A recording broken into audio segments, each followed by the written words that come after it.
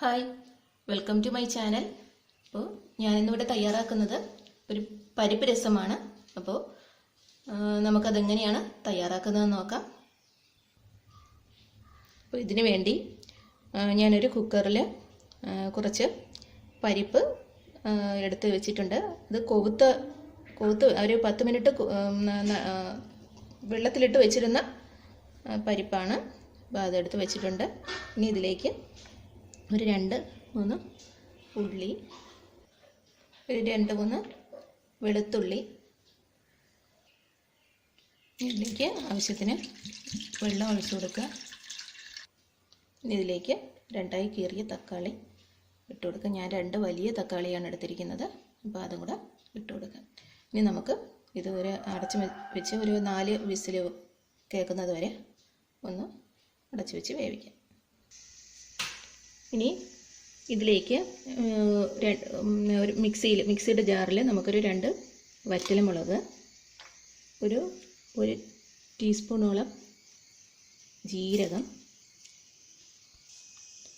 1 teaspoon കുരുമുളക്, ഒരു 8 അല്ലിയോളം വെളുത്തുള്ളി, കുറച്ച് മല്ലിയില, ഇതെല്ലാം കൂടെ നല്ലവണ്ണം ഒന്ന് അടിച്ചെടുക്കണം. അത്ര നല്ല സ്മൂത്തായിട്ട് അടിച്ചു വരേണ്ട, ഒരു തരിതര രൂപത്തിൽ അടിച്ചെടുക്കുക. അപ്പോൾ ഞാൻ ഈ ഒരു പരുവത്തിലാണ് മിക്സ് അടിച്ചെടുക്കേണ്ടത്. കുറച്ച് പുളിവെള്ളം കൂടെ എടുത്തു വെച്ചിട്ടുണ്ട്. അപ്പോൾ നമുക്കിനി ഇത് തയ്യാറാക്കാൻ നോക്കാം. അപ്പോൾ ഞാനിവിടെ തയ്യാറാക്കുന്നതിന് വേണ്ടി ഒരു പാൻ അടുപ്പത്ത് വെച്ചിട്ടുണ്ട്. ഇതിലേക്ക് ഒരു 3 ടീസ്പൂണോളം എണ്ണ, ഇപ്പോൾ ഞാൻ വെളിച്ചെണ്ണയാണ് ഒഴിച്ചിരിക്കുന്നത്. ഇനി ഇതിലേക്ക് കുറച്ച് കടുക്, ഉലുവ, ഒരു 2 ചുവന്ന മുളക്, കുറച്ച് കായം. ഞാനിവിടെ കട്ടക്കായമാണ് എടുത്തിരിക്കുന്നത്. കട്ടക്കായം ഇതെല്ലാം കൂടെ ഇട്ട് ഒന്ന് വറക്കുക. ഞാൻ 2 തണ്ട് കറിവേപ്പിലയും കൂടെ ഇട്ടിട്ടുണ്ട്. ഇനി ഇതിലേക്ക് നമ്മൾ അരച്ച് വെച്ചിരിക്കുന്ന മിക്സ് ചേർത്ത് കൊടുക്കുക. നല്ലോണം ഒന്ന് മിക്സിക്കണം.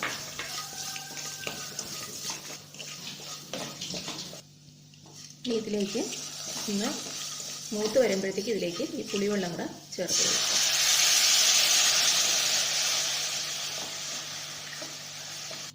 ഒരല്പനേരം അടച്ച് വെച്ചേക്കുക. അപ്പോൾ നമ്മൾ കുക്കർ ഞാൻ തുറന്ന് നോക്കി. അപ്പോൾ എല്ലാം വെന്തിട്ടുണ്ട്. ഇനി ഈ തക്കാളിയുടെ ഈ തൊലിയൊക്കെ നമുക്കിനി എടുത്ത് മാറ്റാം. എന്നിട്ട് നല്ലതുപോലെ ഒന്ന് യോജിപ്പിച്ച് കൊടുക്കണം.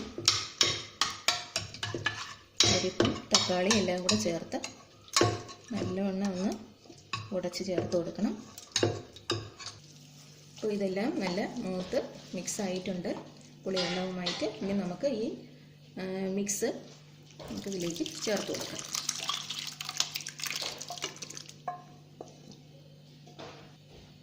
ഇതിലേക്ക് ഒരു ചെറിയ സ്പൂൺ മഞ്ഞൾപ്പൊടി കൂടി ചേർത്ത് കൊടുക്കുക.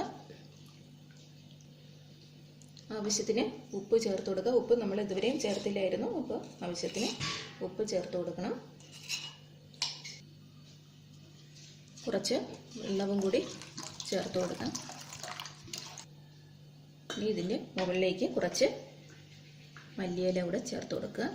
നേരത്തെ മല്ലിയില അരച്ചിട്ടുണ്ട്. അപ്പോൾ കുറച്ച് മല്ലിയിലയും കൂടെ ചേർത്ത് കൊടുക്കുക.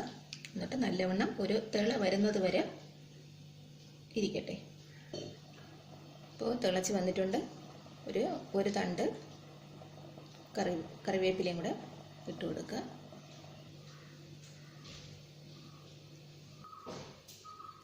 ഇപ്പോൾ നമ്മുടെ പരിപ്പ് രസം ഇവിടെ റെഡിയായിട്ടുണ്ട്.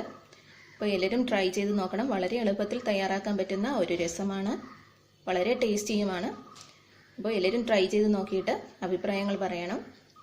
അപ്പോൾ ഈ വീഡിയോ ഇഷ്ടമായെങ്കിൽ ലൈക്ക് ചെയ്യാനും ഷെയർ ചെയ്യാനും മറക്കരുത്. അപ്പോൾ പുതിയ ഒരു വിഭവവുമായി ഞാൻ ഉടൻ തന്നെ വരുന്നതായിരിക്കും. അതുവരെ എല്ലാവർക്കും നന്ദി.